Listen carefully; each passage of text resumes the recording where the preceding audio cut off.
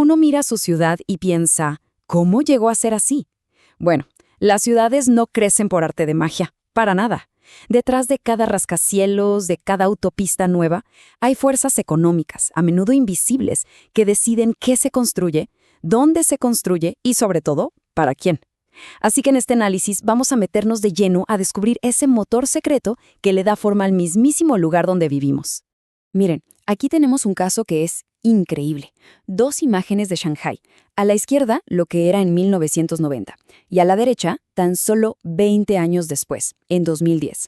O sea, la transformación es radical, es casi total. En lo que dura una sola generación, pasó de ser una ciudad portuaria a esta metrópolis futurista que estamos viendo. Es una locura.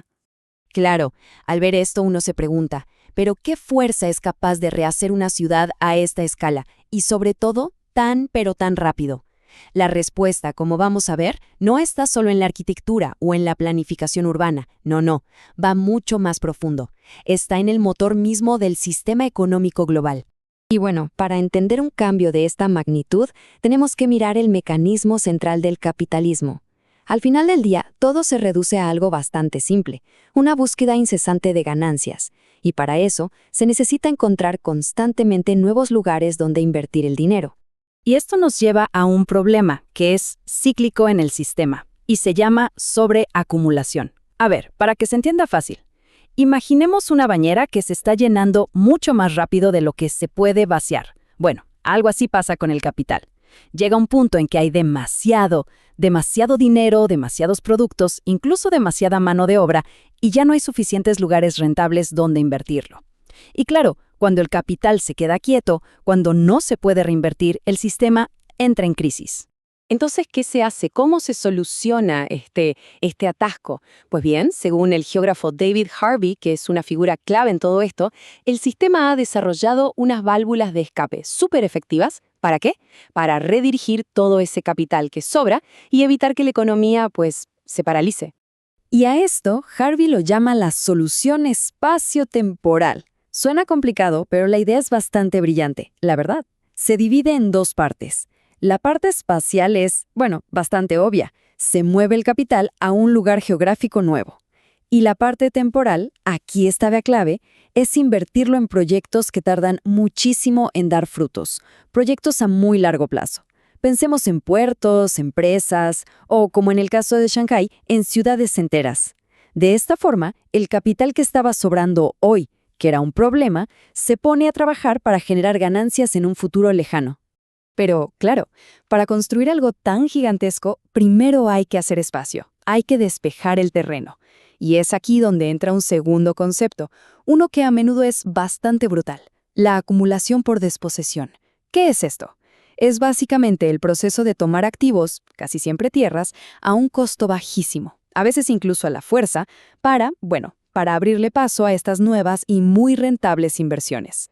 Y ojo, que esto no pasa por accidente, ¿eh? Es un proceso súper sistemático. Implica cosas como privatizar tierras que antes eran de todos, de la comunidad, desplazar a la fuerza a poblaciones enteras, eliminar derechos que la gente tenía sobre los recursos desde hace generaciones. Y aquí hay un actor crucial, el Estado. Es el Estado el que muchas veces juega un papel clave, facilitando y hasta legalizando todo este proceso de desposesión.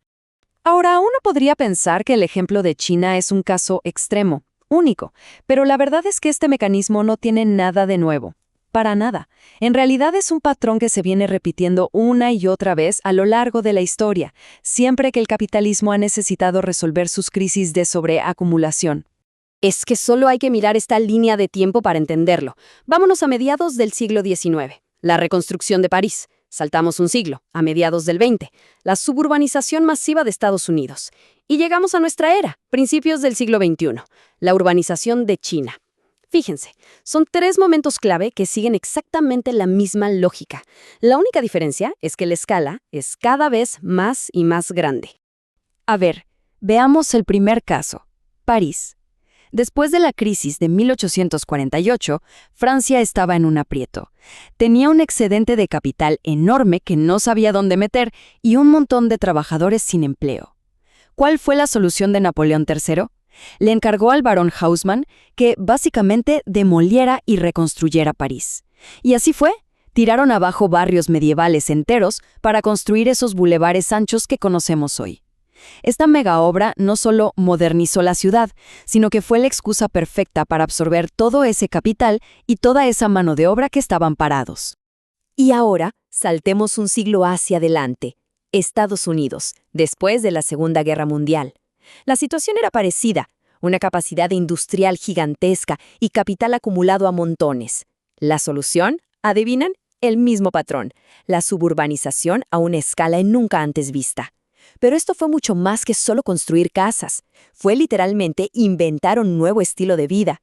Uno que necesitaba autopistas, que necesitaba coches, electrodomésticos, centros comerciales. Fue un proyecto colosal que funcionó como un gran aspirador de capital excedente durante décadas. Y todo esto nos trae de vuelta a China. Porque lo que pasó ahí en las últimas décadas es, muy probablemente, la solución espacio-temporal más grande de toda la historia de la humanidad. Es un proyecto de urbanización a una escala que sencillamente antes era inimaginable. Es que la escala de lo que pasó allá es, de verdad, difícil de procesar. A ver si con este dato queda más claro. Durante una década, del 2000 al 2010, la mitad de todo lo que se construyó en el mundo entero se construyó en China. Lo repito porque suena a mentira, la mitad. Pero esperen, ¿qué hay más? En el momento de mayor auge de esta locura, allá por el 2008, se calcula que el 90% de todas las grúas de construcción del planeta estaban operando en China. El 90%. O sea, casi todo el esfuerzo constructor del mundo estaba concentrado en un solo país. Increíble. Y esta imagen creo que lo dice todo. Captura perfectamente no solo la escala, sino también la uniformidad de todo este proceso. Lo que vemos son hileras e hileras interminables de edificios idénticos, construidos a una velocidad de vértigo. Y no solo en las grandes ciudades que todos conocemos, ¿eh? Esto pasó en cientos de ciudades que literalmente se crearon de la nada. Y si la imagen anterior era impresionante, este gráfico ya es para no creerlo. Es muy simple. La primera barra, la más alta, es el espacio residencial que se construyó en China en solo una década. La segunda es todo el espacio residencial que existe en la Unión Europea entera. O sea que para el 2010, China había construido más viviendas en 10 años que todas las que existían en toda Europa. Es abrumador. Pero claro, este desarrollo monumental no fue gratis. Tuvo un costo humano inmenso y se construyó, como ya vimos, sobre esa base de la acumulación por desposesión. Para poder levantar toda esta nueva infraestructura, se calcula que cientos de millones de personas fueron desplazadas de sus tierras, de sus hogares. Y ahora viene lo interesante. La pregunta es, ¿será que podemos ver estos mismos patrones, quizás en una escala más pequeña, en nuestras propias ciudades? Tener este marco de análisis nos puede servir como una especie de lente para mirar nuestro entorno de todos los días con otros ojos. De hecho, hay una cita de las fuentes que usamos para esto que resume toda la lógica de una manera súper contundente. Dice, construimos ciudades para que la gente invierta, no para que viva. ¡Guau! Es que pone el foco directamente en el capital, por encima de la necesidad humana. Así que aquí tenemos una herramienta bien práctica para analizar lo que pasa a nuestro alrededor. La próxima vez que veamos surgir un nuevo y gigantesco proyecto inmobiliario en la ciudad, podemos hacernos la pregunta. A ver, ¿esto de verdad se está construyendo para resolver una necesidad de vivienda de la gente? ¿O es más bien una forma de darle una salida rentable a todo ese capital que anda buscando dónde meterse? Y para cerrar queda una última reflexión, quizá la más importante de todas. Cuando nuestras ciudades crecen y se expanden, ¿quién se beneficia de verdad? ¿Quiénes son los que ganan con esa expansión? Y por otro lado, ¿quiénes terminan pagando los platos rotos, asumiendo los costos, ya sean sociales, como el desplazamiento de gente, o ambientales? Es una pregunta que al final define en qué tipo de ciudad queremos vivir, y nos toca a todos pensar en la respuesta.